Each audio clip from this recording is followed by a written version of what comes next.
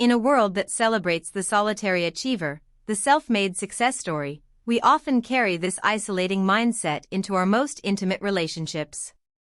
This perspective frames connection as a constant negotiation between you and me, a dynamic that inevitably breeds division and strife.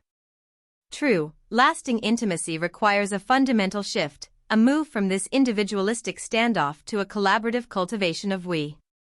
This journey is not about erasing the self, but about understanding how our personal histories, our deepest fears, and our automatic reactions shape the space between two people. It is about building something greater than the sum of its parts. The heat of a relationship conflict often feels uniquely intense, capable of transforming a minor irritation into a volcanic eruption of old hurts and harsh words. This occurs because close partners are deeply attuned to each other's nervous systems. When one person's stress spikes, the other's often follows. In these charged moments, our rational, compassionate adult self retreats, and a more primal version emerges, what we can call the adaptive child. This is not a literal child, but a set of ingrained emotional habits formed long ago as survival strategies. Perhaps you learned to yell to be heard, to lie to avoid punishment, or to retreat into silence to escape conflict. When two adaptive children face off, the relationship becomes a battlefield of outdated tactics, with each person fighting for self-preservation rather than the health of the partnership. The key to change lies not in battling this inner child, but in parenting it with compassion. Consider Dan, whose habit of twisting the truth threatened his marriage. His childhood was marked by a strict, volatile parent where any mistake provoked fury. Dan's adaptive child learned that perfection, or a convincing story, was necessary for safety. As an adult, this strategy was destructive. By practicing relational mindfulness, Dan learned to pause when the urge to lie arose. He began to observe his impulses without judgment, and to gently question them. Does this thought show basic respect for my partner? For myself? This process of awareness creates space to choose a different response. When Dan finally risked honesty about a minor failure and received his wife's understanding instead of rage, he experienced a profound corrective emotional experience. He saw that the old rules no longer applied, and that his adaptive strategy, once necessary, was now a barrier to the connection he truly desired. Conflict becomes truly intractable when we stop fighting with our partner and start fighting with a caricature of them, a core negative image.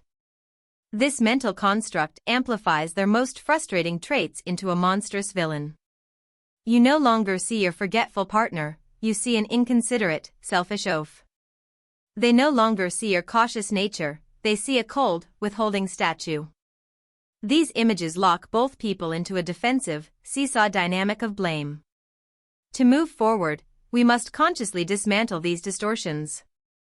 This requires a courageous return to the specific, present moment issue, separating it from the loaded narrative. It means asking, what is happening right now, instead of here we go again.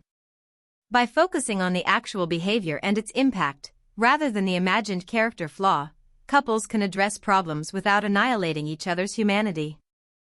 For those who have experienced deeper wounds either from childhood or within the relationship itself, the work extends beyond managing conflict to active rebuilding.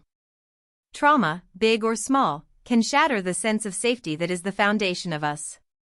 Recovery is not enough. The goal is to construct a new, sturdier foundation together. This involves creating shared rituals of repair, consistently demonstrating reliability, and collaboratively writing a new story about the relationship, one that acknowledges past pain but is defined by present care and future commitment.